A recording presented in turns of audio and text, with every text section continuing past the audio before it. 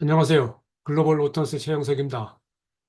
오늘은 유럽의 전기차 전환에 관한 다양한 노력들에 대해서 살펴보겠습니다. 유럽은 2035년까지 내연기관차 금지법을 확정했죠. 일부 변화가 있었습니다만은 그에 대해서 많은 부정적인 시각들이 국내에는 있습니다. 그런데 실제 유럽에서는 무슨 일이 벌어지고 있는가를 좀 구체적인 데이터를 살펴보겠습니다. 기본적으로 무공해 차를 도입하고 교통 제한을 통해서 규제를 통해서 다양한 이 환경 정책을 실시하고 있다는 것이 핵심입니다. 과연 우리나라는 이런 것을 어떻게 대응하고 있는지 한번 여러분들 생각해 보시면 좋을 것 같습니다.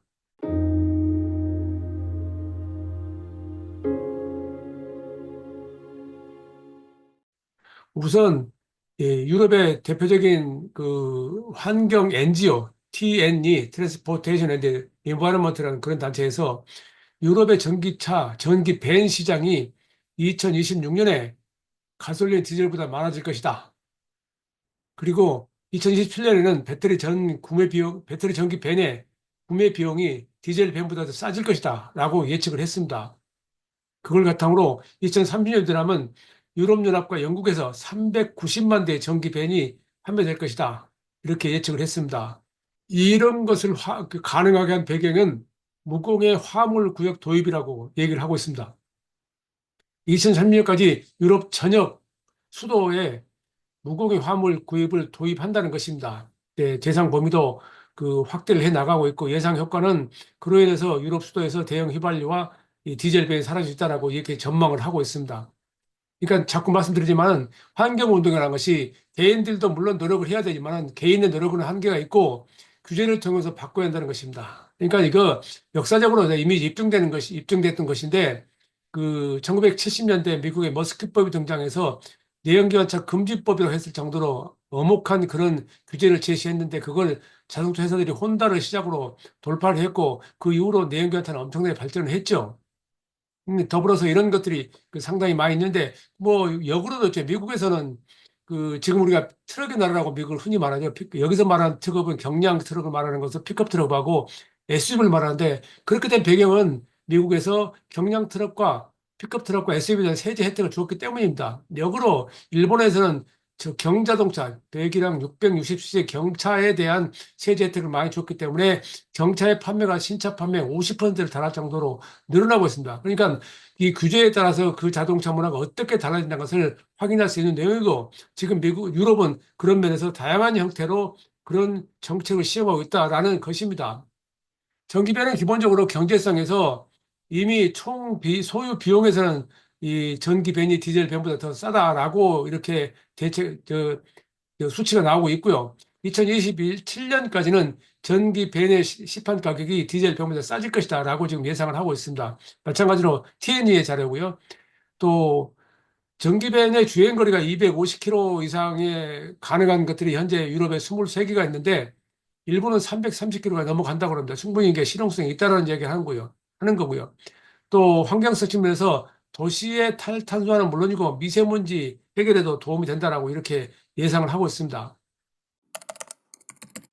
또 다른 노력으로는 이 노르웨이 오슬로에서는 지난 11월 1일부터 배터리 전기 택시만 허용됐습니다. 이것은 2020년에 도입을 예고를 했고 그것이 4년여 만에 지금 시행이 된 건데 여러분 노르웨이는 기본적으로 전기 택시 비율이 2023년 비율 88%로 많이 올라갔죠. 도시별로 베르게이나 스타뱅안에는 100%까지 돼 있고요. 이미 트로네임은 97%, 오슬로는 90%인데 이게 이제 노르웨이가 전체적으로 전기차 비율이 높은 그런 시장이라는 점에서 가능한 그런 이 것이기도 한데 지금 이런 것들이 다른 도시들에서도 시행을 추진하고 있습니다. 상하이는 2027년부터 버스와 택시 사업의 정기화를 추진하고 있고요. 아테네는 전기 택시에 대한 보조금 제공을 한다고 지금 발표했고, 영국도 전기 택시 도입을 위해서 유사한 계획을 추진하고 있습니다. 또 하나 지금 주목을 끄는 게 파리가 지난 11월 4일, 그러니까 월요일부터 파리 중심부에 우리가 말하는 올드시티라고 말하죠. 중심부에 자동차 통행 제한 정책을 시행하고 있습니다. 그러니까 루브르 박물관을 중심으로 툴루르 정원이라든지 약 2평방 정도 한정된 지역이긴 하지만 이 응급차량, 버스, 택시, 거주자, 특정 목적 방북차를 제외한 일반 차량들은 시내로 진입을 금지합니다. 여러분, 뭐 유럽 나라를 많이 여행해 보셨겠지만 유럽의 하늘은 파랗습니다. 굉장히 청명합니다. 그리고 도로가 차가 많지 않습니다. 그 이유는 규제 때문입니다. 시내로 진입하는 차에 대해서 높은 통행료를 부과하기 때문에 그렇죠. 그 경우에 따라서 파리와 런던은 약간 다른데 관광버스를 진입하느냐에 따라서 약간 차이가 있긴 합니다만은 대부분 우리가 그 도시의 올드시티, 도심 지역에 가보면은 택시와 시내버스 정도가 대부분이다 해도 과언이 아닐 정도로 교통량이 많이 줄었습니다.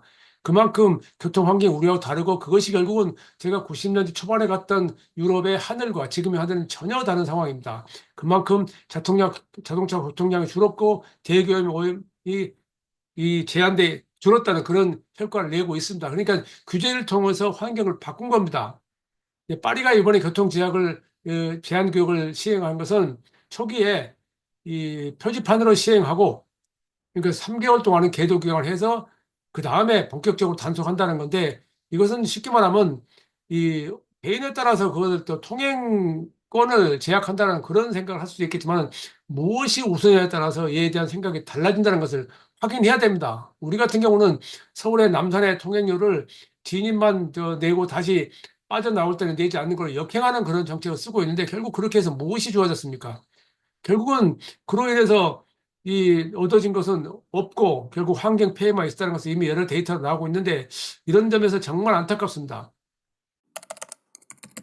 파리의 교통수단 한번 그 데이터를 살펴보면 대중교통을 이용하는 사람의 비율이 54%. 그만큼 유럽 나라들은 대중교통이 잘 발달돼 있죠. 지하철은 물론이고 버스가 상당히 이용하기 편리하죠. 특히 유럽의 많은 도시는 버스가 제 시간에 정차를 합니다. 버스 정류장에 쓰여 있는 예상 시간에 정확하게 도착을 하죠. 그 배경은 도심의 자동차의 진입, 다른 자동차 진입을 금지하기 때문에 원활하게 운행을 가능하고 그래서 대중교통이 더 늘어나고 있는 것입니다.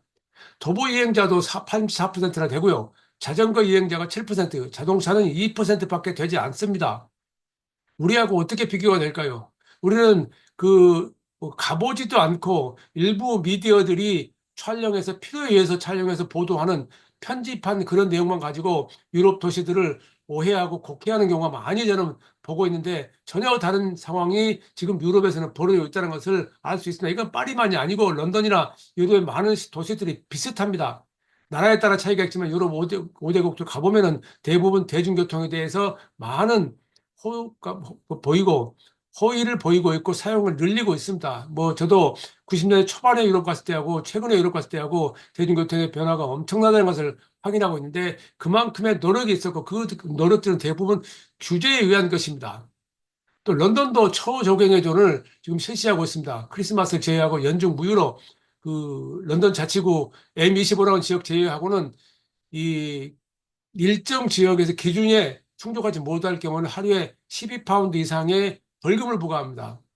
이게 적용 대상자가 승용차하고 오토바이, 밴, 특수차, 미니버스. 어떻게 들리시나요? 이건 그 자유를 제한한다고 그렇게 들리십니까? 그러니까 이게 사고의 차이입니다. 이미 유럽에서는 이런 환경에 대한 인식이 상당히 발전해 있고 그것을 소비자들도 일반 시민들도 따르고 있다는 겁니다. 유럽에는 이미 환경 존을 설정한 국가가 10개국이나 됩니다. 그만큼 다른 나라하고 다른 지역과 많이 다릅니다. 그러니까 무엇을 우선히 하느냐는 생각이 달라진 것입니다. 자꾸 말씀드리지만은 우리가 흔히 산업혁명이나 생산성을 통해서 부를 늘려온 건 사실입니다. 그래서 인류는 풍족해졌죠. 풍족해진 만큼 환경이 파괴됐습니다. 그 환경이 파괴됐으면 무엇 때문에 파괴됐냐를 확인하고 그것을 멈춰야 됩니다. 그래서 여전히 우리는 먹거리로만 모든 걸 생각하고 있어서 저는 정말 안타깝다는 생각을 해서 이런 뉴스를 전달해 드리는 겁니다.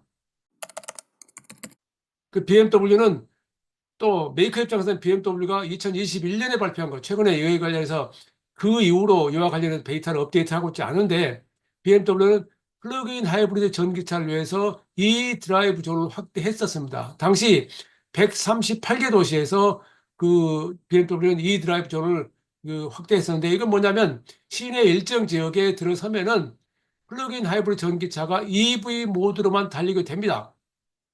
그러니까 유럽의 환경전에서는 이런 것들을 포함해서 EV 배터리 전기차나 EV 모두 달릴 수 있는 자동차를 제외하면 그 지역에 들어올 수가 없고 들어오더라도 벌금을 내야 되죠.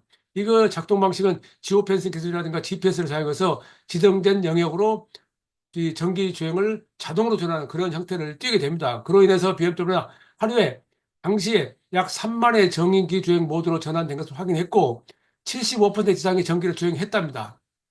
그러니까 단지 차를 바꾸는 것만이 아니고 기존에 있는 자동차를 어떻게 활용하느냐에 따라서도 환경을 살릴 수 있다는 것을 알 수 있고 그런 노력이 지금 유럽에서는 상당히 다방면으로 그 단지 뭐 관공서뿐만 아니고 시민 차원에서 업체 차원에서 이루어졌다 이런 것을 우리는 확인해야 됩니다.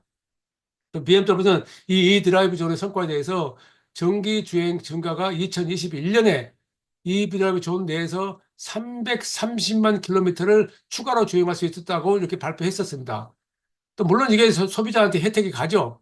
이 소비자한테 1억 5천만 포인트를 모아서 그동안에 그 당시에 충전 크레딧을 사용합니다. 그러니까 내가 그 포인트를 모으게 되면 그 포인트로 충전할 수 있다는 얘기입니다. 이게 모든 것들은 채찍과 당근이 필요한데 지금 이런 유럽들의 이런 상황들 정리하면서 다시 한번 한국의 환경 정책에 어이가 없는 상황들을 너무 많이 보는데 재생에너지 때에도 말씀드렸습니다만은 이미 유럽은 재생에너지 비율이 올해 상반기 50%를 넘어섰고 중국도 32% 작년 기준, 미국은 올해 2분기 기준 30% 넘어섰습니다.